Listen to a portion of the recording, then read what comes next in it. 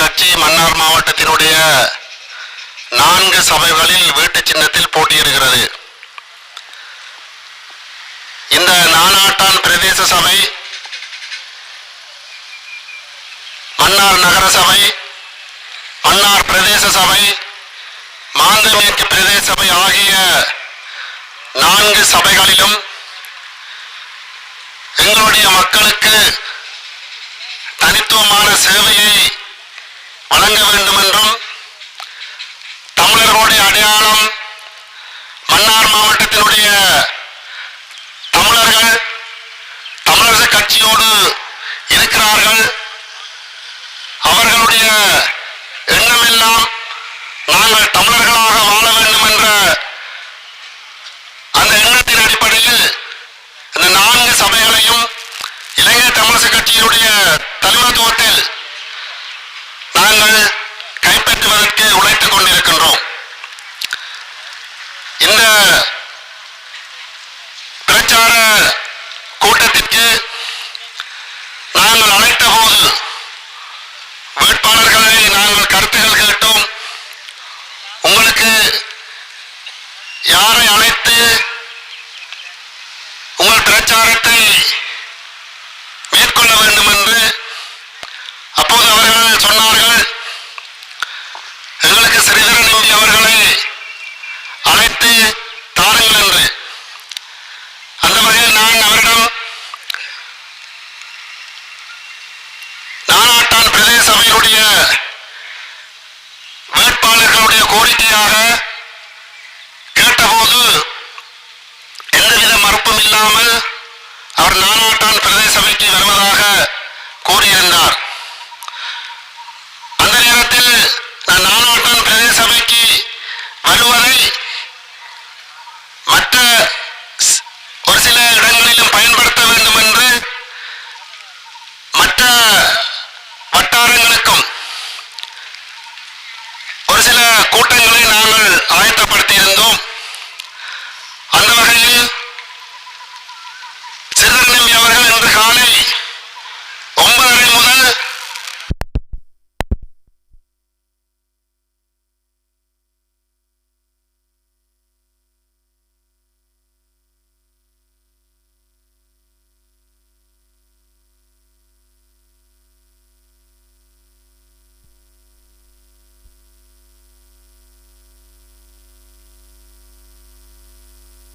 சார்பாகவும் மன்னார் மாவட்ட இலங்கை தமிழரசு கட்சி சார்பாகவும் நான் நன்றியை தெரிவித்துக் கொள்கிறேன். அதே நேரத்தில் இந்த உள்ளூராட்சி மன்ற தேர்தலில் ஏன் இலங்கை தமிழரசு கட்சி ஆட்சியை பிடிக்க வேண்டும் என்ற இந்த பிரச்சாரம் முழுமையாக எங்களுடைய தமிழர்கள் வாழ்கின்ற பிரதேசமாக இருக்கின்ற இந்த நானாட்டான் பிரதேச சபை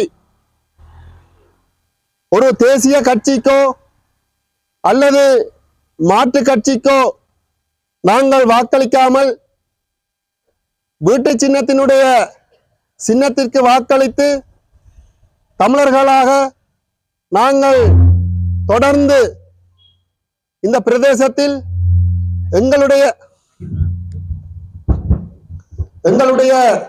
அடையாளங்களுடன் நாங்கள் வாழ வேண்டும். பலருடைய கேள்விகள் இருக்கிறது. இலங்கை தமிழரசு கட்சி என்ன செய்தது? இலங்கை தமிழரசு கட்சி என்ன செய்தது?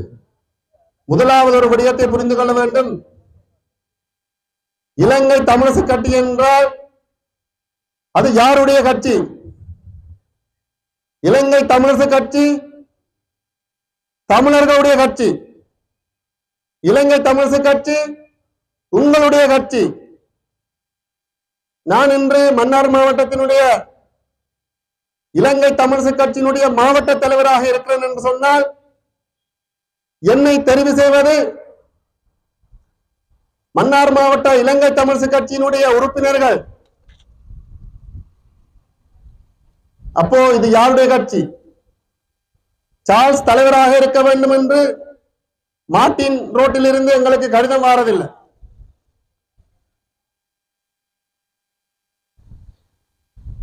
இன்றைக்கு நாட்டினுடைய ஜனாதிபதியாக அனுரகுமார திசாநாயக்கா இருக்கிறார்.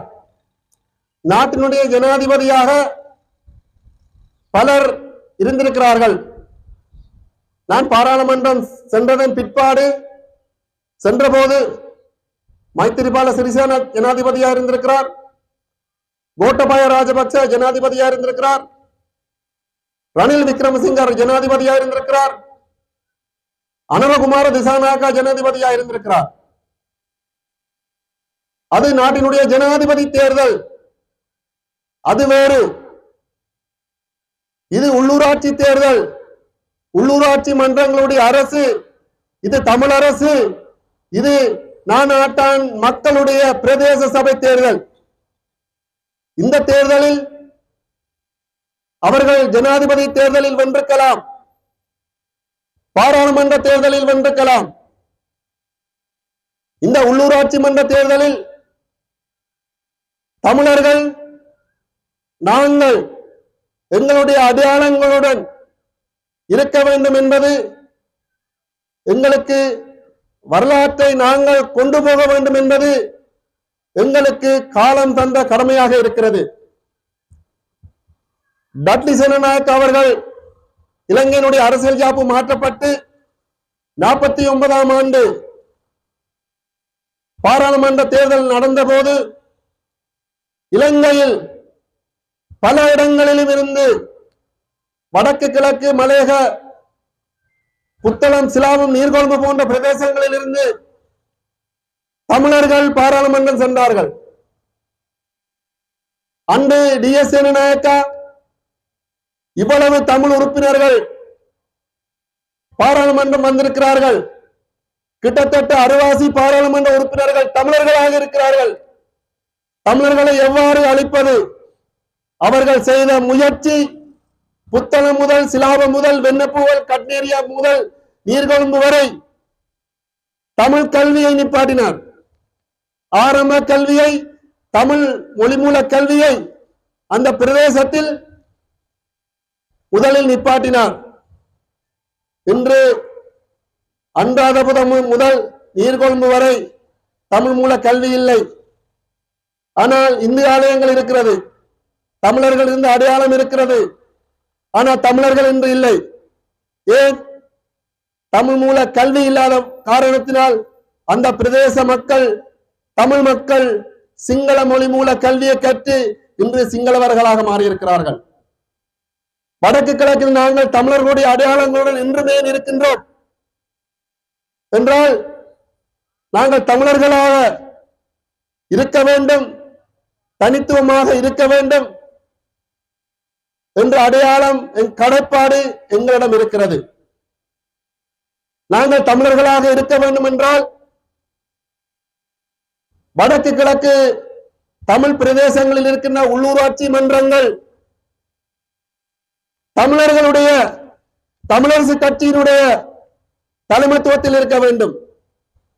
மாகாண சபை தமிழர்களுடைய ஆட்சிக்குட்படுவதாக இருக்க வேண்டும். அதை இரண்டையும் நாங்கள் விட்டுக் கொடுத்தோம் என்றால் தமிழர்களாக நாங்கள் வாழ முடியாது. எங்களுடைய இந்த பிரதேசத்தினுடைய கட்டமைப்பை நாங்கள் பிரதேச சபை ஆட்சியினூடாக நாங்கள் தக்க வைக்க வேண்டும். அதே நேரத்தில் கடந்த காலங்களில் தமிழரசு கட்சி என்ன செய்தது என்று பலர் கேட்கிறார்கள். வேட்பாளர்களாக நீங்கள் வீடுகளுக்கு செல்கின்ற போது அவர்கள் கேட்கிறார்கள், கேட்பார்கள். தமிழரசு கட்சியினுடைய ஒவ்வொரு செயல்பாடும் மக்களுக்காகத்தான் இருந்தது, அரசியலுக்காக இருக்கவில்லை. ஒரு சில உதாரணங்களை மாத்திரம் சொல்லுகின்றேன். 2017ஆம் ஆண்டு பாராளுமன்றத்தில் ஒரு பிரேரணை கொண்டு வந்தேன். மன்னார் மாவட்டத்தில் உயர்கல்வி அமைச்சினுடைய எந்த ஒரு நிறுவனமும் மன்னாரில் இல்லை. அதற்குரிய அனுமதியை, அதற்குரிய நிதியை தர வேண்டும். அந்த அனுமதியை பாராளுமன்றம் தந்தால், அந்த அனுமதியை உயர்கல்வி அமைச்சு தந்தால், உலக வங்கியினுடைய நிதி மூலம் மன்னாரில் அபிவிருத்தி செய்ய முடியும் என்று என்னுடைய பிரேரணைக்கு பாராளுமன்றம் அனுமதி தந்தது. அமைச்சும் அனுமதி அளித்தது. 52 கோடி ரூபாய் பெறுமதியான மன்னார் உயிலங்குளத்தில் HND நிறுவனம் கட்டப்பட்டுக் கொண்டிருக்கிறது. அதுக்கு 2021ஆம் ஆண்டு கோத்தபாய ராஜபக்ச ஜனாதிபதியாக இருந்த போது, அபிவிருத்தி குழு தலைவர் அவர்களுடைய கட்சியாளர்களாக இருந்த போது, உலக வங்கியினுடைய அதிகாரிகளும் உயர்கல்வி அமைச்சினுடைய அதிகாரிகளும் அவர்கள் சொன்னது, இந்த 4 வருடங்களாக இதை தொடர் முயற்சியாக பயணித்தது நிர்மலநாதன் அவர்கள். ஆகவே அவர்தான் அந்த கல்லை வைக்க வேண்டும் என்று. 52 கோடி ரூபாய் பெறுமதியான கட்டடம் கட்டப்பட்டுக் கொண்டிருக்கிறது. அதை கல் வச்சது இலங்கை தமிழரசு கட்சியினுடைய பாராளுமன்ற உறுப்பினராக இருந்த சார்ஸ் நிர்மலநாதன். உயிலங்குளத்துல பாதத்தில் இப்படி 2 பில்டிங் கொண்டு எழும்புது. அதை கல் வச்சது நான். 2021ஆம் ஆண்டு கோத்தபாய ராஜபக்ச ஜனாதிபதியா இருந்த போது கல் வச்சேன். 2023ஆம் ஆண்டு உயிலங்குளம் இலுப்பக்குளம் சந்தியில ஒரு புத்த விகாரை கட்டிக்கொண்டிருந்தார்கள் ராணுவத்தினர். 23 மே மாதம் நான் முல்லைத்தீவில் இருந்து வந்து கொண்டிருந்த போது எனக்கு தொலைபேசி அழைப்பு வந்தது. அந்த இடத்தில் ராணுவத்தினர் ஏதோ கட்டுகிறார்கள், அநேகமாக விகாரையா இருக்கலாம். நான் அப்படியே நேர விட்ட போகாமல் அடம்பனால வந்து இளங்குளம் வந்து இலுப்பக்குளத்தில் கேட்டேன். ராணுவத்தினர் ஒரு 5-7 பேர் கட்டிக்கொண்டிருந்தாங்க. என்ன செய்றீங்கன்னு கேட்டேன். அபி பன்சால் அதனுவா நான் கேட்டேன், ஆற கேட்டு கட்டுறீங்க, நீங்க நிப்பாட்டுங்கன்னு சொல்லிட்டு போனேன். மதியம் 1 மணி இருக்கும். நான் சாப்பிட்டுட்டு ஒரு அரை மணித்தியாலம் சாப்பிட்ற நேரத்தில் போன் ஓன் பண்ணிட்டு சார்ஜில் போட்டுட்டு அரை மணித்தியாலத்துக்கு பிறகு நான் போன் ஒன் பண்ணினேன். 27 முறை ஒரு நம்பர்ல இருந்து கோல் வந்திருந்தது. நான் அதை எடுத்து கேட்டேன், நீங்க யார்? அவர் சிங்களத்தில் கதைச்ச, நான் சிங்களத்தில் கதைச்சேன். அவர் சொன்னார், இந்த விடயத்தை நீங்க பாராளுமன்றத்தில் கதைக்க வேண்டாம், நாங்கள் வேலையை நிப்பாட்டுகின்றோம் என்று. நீங்க அதால போனா தெரியும், அந்த அரசு மரத்துக்களை ஒரு வரி கல்லு கட்டுறதோட அப்படி நிப்பாட்டப்பட்டிருக்கு. இதை செஞ்சது இலங்கை தமிழரசு கட்சி. மன்னார் மாவட்டத்தினுடைய கல்வி நிலையத்துக்கு உட்பட்ட 6 பாடசாலைகள் புத்தளம் மாவட்டத்தில் இயங்கிக் கொண்டிருந்தது. அதுக்கு ஒரு வருடத்துக்கு ஒதுக்கப்படுகிற 200 மில்லியன் 20 கோடி ரூபாய் நிதி புத்தளம் மாவட்டத்துக்கு சென்றது, மன்னார் மாவட்டத்துக்குரிய பணம். அதைவிட பல்கலைக்கழக அனுமதிக்கு அந்த வெட்டுப்புள்ளிக்கு இங்குள்ள மாணவர்கள் இங்குள்ள வசதி குறைவான கல்வி நிலைமையின் பொருட்டு தங்களுடைய முயற்சியில் அவர்கள் கல்வி கற்கின்ற போது வெட்டுப்புள்ளியை அவர்கள் அதிகமாக எடுக்கின்ற போது புத்தளத்தில் இருந்து வருகின்ற மருத்துவத்துறைக்கு அநேகமாக வருகின்ற மாணவர்களால் இங்குள்ள மாணவர்கள் பின்னுக்கு போவார்கள். அவருடைய பல்கலைக்கழக அனுமதி, மருத்துவத்துறை கனவு, மெடிசின் கனவு இல்லாமல் போனது. நான் 15ஆம் ஆண்டு பாராளுமன்ற உறுப்பினராக வந்தபோது முதலில் இலக்கு வைத்தது, மனதில் நினைத்தது, இந்த பாடசாலைகளை மன்னார் மாவட்டத்தில் இருந்து வடமாகாணத்தில் இருந்து புத்தளம் மாவட்டத்துக்கு மாற்ற வேண்டும் என்று. அப்போது இருந்த வடமாகாண சபை கல்வி அமைச்சர் கௌரவ குருராஜா அவர்கள் முழுமையான ஒத்துழைப்பு தந்தார்.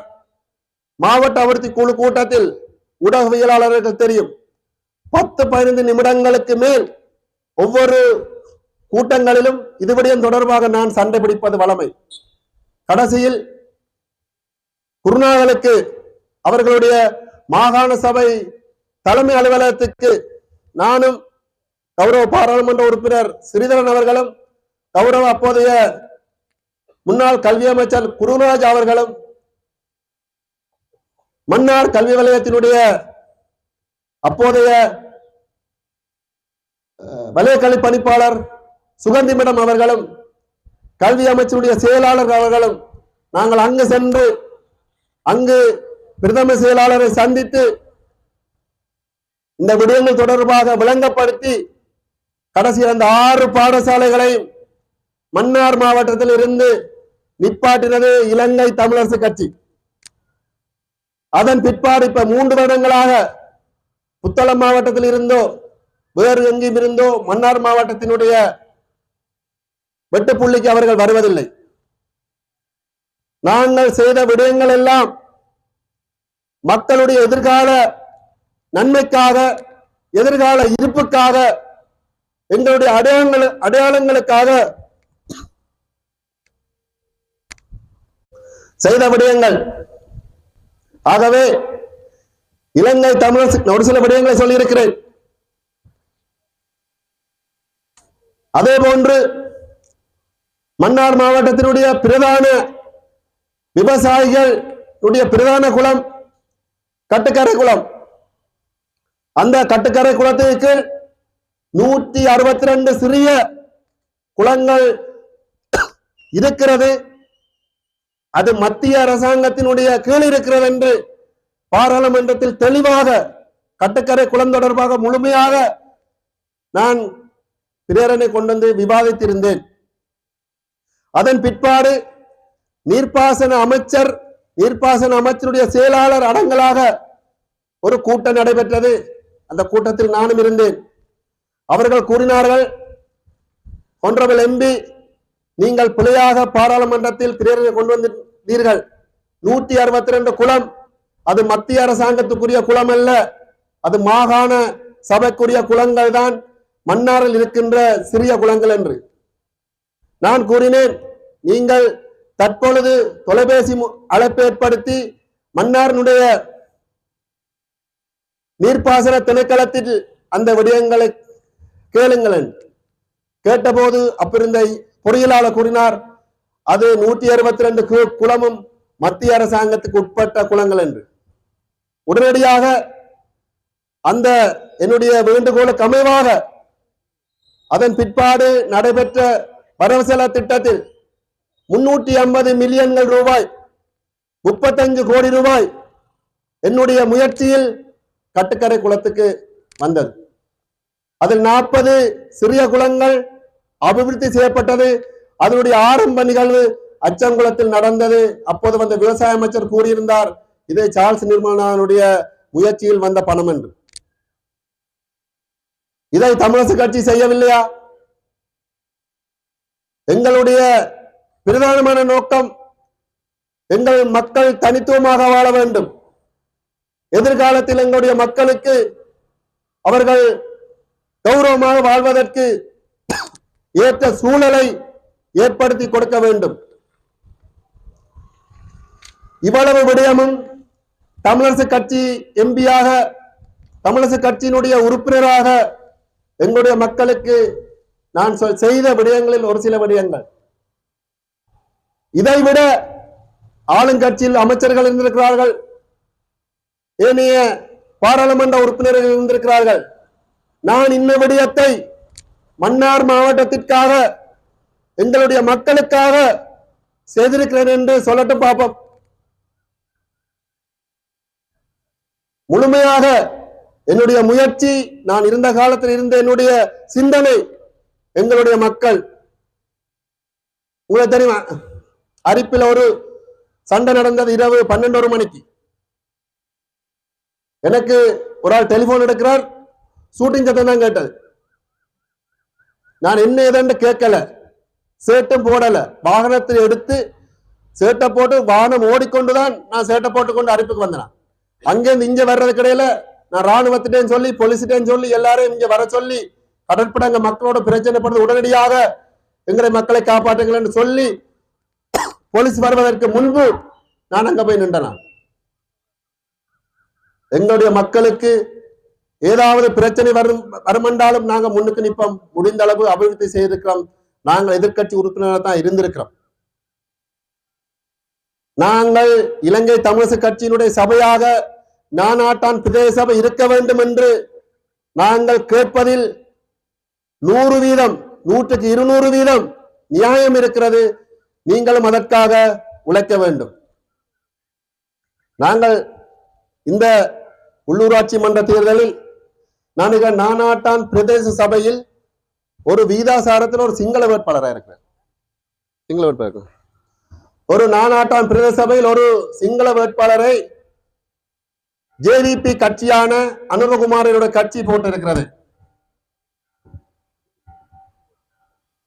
அனுரகுமார திசாநாயக் அவர்கள் நான் மன்னார் மாவட்டத்தினுடைய தமிழக கட்சி தலைவராக இருக்கிறேன். என்னை தெரிவு செய்தது மன்னார் மாவட்ட தமிழக கட்சி உறுப்பினர்கள். ஆனால் மன்னார் மாவட்டத்தினுடைய ஜேவிபியினுடைய எம்பிபியினுடைய மாவட்ட அமைப்பாளர் ஒரு சிங்கள மொழி பேசுகிறவர். அதுவும் மன்னார் மாவட்டத்திற்கு சம்பந்தம் இல்லாதவர். ஆர் இனவாதி. மன்னார் மாவட்டத்திற்கு சம்பந்தம் இல்லாத ஒருவரை மன்னார் மாவட்டத்தின் அமைப்பாளராக போட்டுட்டு மன்னார் மாவட்டத்தில் உள்ளூராட்சி மன்றங்களில் ஆளுங்கட்சி என்ற அந்த மாயைக்குள் மக்களை தள்ளி இங்கு வாக்கெடுத்து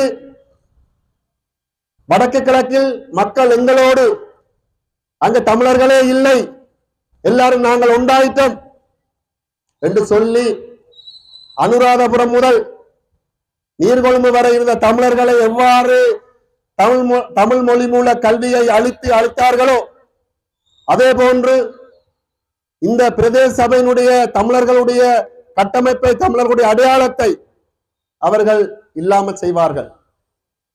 நீங்க நினைக்கிறீங்களா அந்த என்பிபி கட்சிக்கு போனஸ் கிடைச்சால் அதன் சிங்களவர் மட்டும்தான் வருவார்?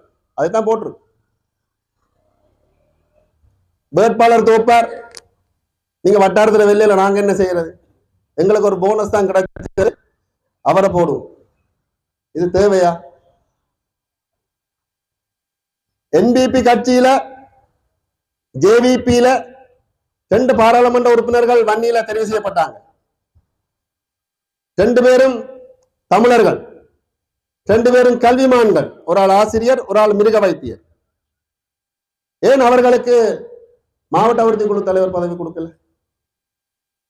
மன்னார் மாவட்ட அபிவிருத்தி குழு தலைவராக ஒரு சிங்களவரை தான் ஜேவிபி அரசு, என்பிபி அரசு நியமிச்சிருக்கிறது. அதுக்கு ஜேவிபி என்று சொல்ல வெக்கம், ஜேவிபி என்று சொல்ல வெக்கம். அவ்வளவு பிழை செஞ்சது ஜேவிபி. இப்ப என்பிபி. ஜேவிபி என்றால் ஆக்கள் பழைய கதையை சொல்லுவாங்க. ஆனா இப்ப என்பிபி ஆக்களே மாறையில்.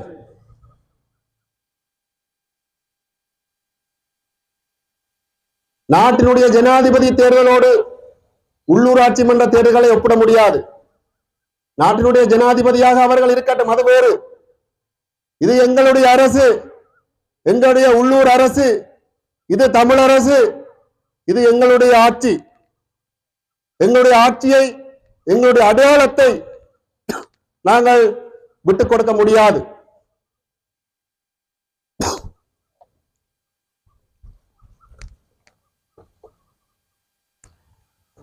நான் உங்களிடம் பணிவாக கேட்டுக்கொள்வது, இங்கிருக்கின்ற இன்றைய காலம நான் ஒரு காலம நான் கொழும்புல இருந்து வந்தேன். 8 தான் போயிட்டு வர லெவல் வந்தேன். வரும்போது உயிலங்குளம் தாண்டி வரைக்குள்ள ஒரு அம்மா ரோட்ல நின்றா வாகனத்தை மறைச்சு சொன்னா, தம்பி நான் 7 மணிக்கு வேலைக்கு போகணும், இன்னொருக்கு ஏற்றிக்கிட்டு போயிடுவோன்னு கேட்டான்.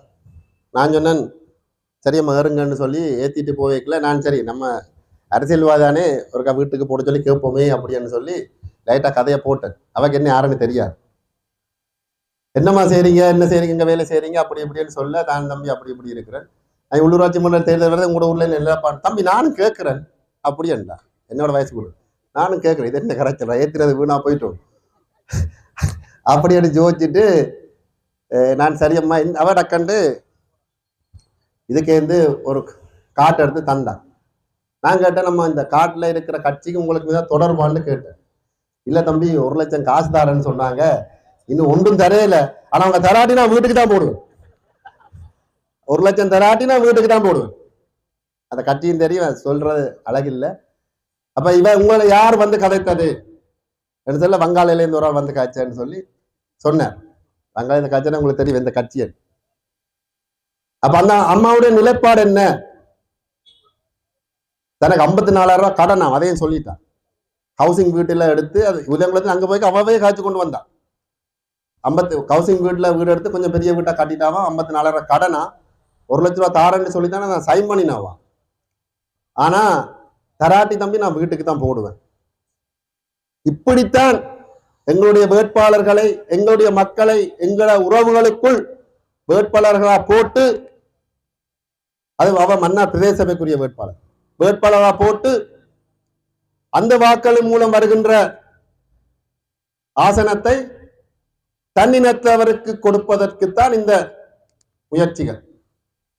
அல்ல அதுல ஒரு பொறுப்பா இருப்பார். அவர் தான் மெம்பரா வர்றதுக்கு எல்லா வட்டாரத்திலையும் ஆக்களையும் போட்டு எல்லாம் போட்டு இப்படியே செய்கிறது. ஏன்னா இந்த தேர்தல் முறை அப்படி 60% வட்டாரத்துல தெரிவு செய்யப்படுறது, இது 40% வீதாசாரத்துல தெரிவு செய்யப்படுறது. நான் பார்லிமெண்ட்டுக்கு முதல் வந்தபோது எனக்கு 2 வீதிகள் கிடைச்சது. ஒன்று போட்டது நான் மடக்கரைக்கு, ஒன்று போட்டது சாந்திபுரத்துக்கு. 2 வீதியில ஒரு வீதி மடக்கரைக்கும் ஒரு வீதி சாந்திபுரத்துக்கும் நான் போட்டேன். ஆகவே நாங்கள் அபிவிருத்தி செய்யல என்று யாரும் சொல்ல முடியாது. தேவைகள் கூட, ஆனா செய்திருக்கிறோம். எங்கட தமிழ் மக்களுடைய அடையாளத்தை விட்டுக் கொடுக்காமல், தமிழர்களுடைய அடையாளத்தை இழக்காமல் நாங்கள் தொடர்ச்சியாக பயணித்திருக்கிறோம். உங்களை நான் கேட்டுக்கொள்வது, நானாட்டான் பிரதேச சபை தமிழரசு கட்சியினுடைய தலைமைத்துவத்தில் தமிழர்களுடைய சபையாக இருக்க வேண்டும். அதற்கு நீங்கள் அனைவரும் இருக்கின்ற அந்த சொற்ப நாட்களில் முழுமையாக உழைக்க வேண்டும். ஏன் யாழ்ப்பாணம் ஜனாதிபதி போயிருக்கிறார், பாராளுமன்ற தேர்தல் ஜனாதிபதி தேர்தலுக்கு மன்னாருக்கு வரையில, ஆனா உள்ளூராட்சி மன்ற தேர்தலுக்கு மன்னாருக்கு வந்திருக்கிறார். அப்ப மன்னாரினுடைய பார்வை, மன்னாரினுடைய தேவை அனுரகுமார திசாநாயக்கா எப்படி பார்த்திருக்கிறார்.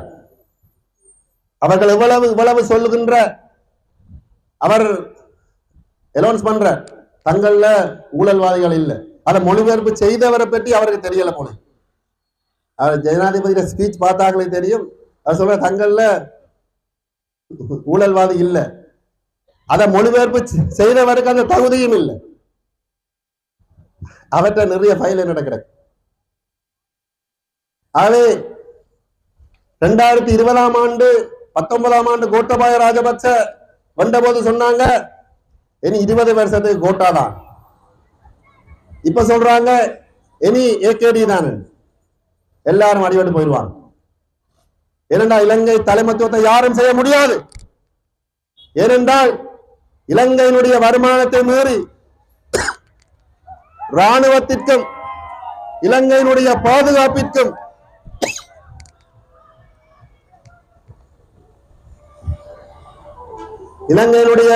பாதுகாப்பிற்கும் அவர்கள் செலவழிக்கிற நிதி அதிகம். இந்த இராணுவ கட்டமைப்பை வைத்துக் கொண்டு இலங்கை அரசாங்கத்தால் யாரால் அபிவிருத்தி கொண்டு போக முடியாது. ஆனா இராணுவத்தில் அவர்களை கை வைக்க முடியாது. இராணுவத்தில் கை வச்சா ஆட்சி அடுத்த நாள் காணும். இதுதான் இன்றைக்கு இருக்கின்ற இலங்கையினுடைய நிலைமை. ஆகவே நீங்க இங்கே வந்திருக்கிற அனைவரும் தமிழரசு கட்சிக்காக உழைப்பதற்காக வந்திருக்கிறீர்கள். நீங்கள் சென்று உங்களுடைய கிராமங்களில், உங்களுடைய உறவுகளில் நீங்கள் இந்த சில நாட்கள் விளங்கப்படுத்தி, ஜனாதிபதி தேர்தலில் விரும்பினால் நீங்கள் யாருக்கும் அவருக்கோ யாருக்கோ நீங்க வாக்களிங்க, அது வேற. இது எங்களுடைய அடையாளம். நாங்கள் தோத்தால் தமிழ் தோத்துரும், தமிழ் வாழ்க, நானாட்டான் பிரதேசபை தமிழரசு கட்சி வசம் வர வேண்டும், அதற்கு நீங்கள் அனைவரும் உழைக்க வேண்டும் என்று கேட்டு இந்த வாய்ப்புக்கு நன்றி கூறி விடைபெறுகிறேன். நன்றி.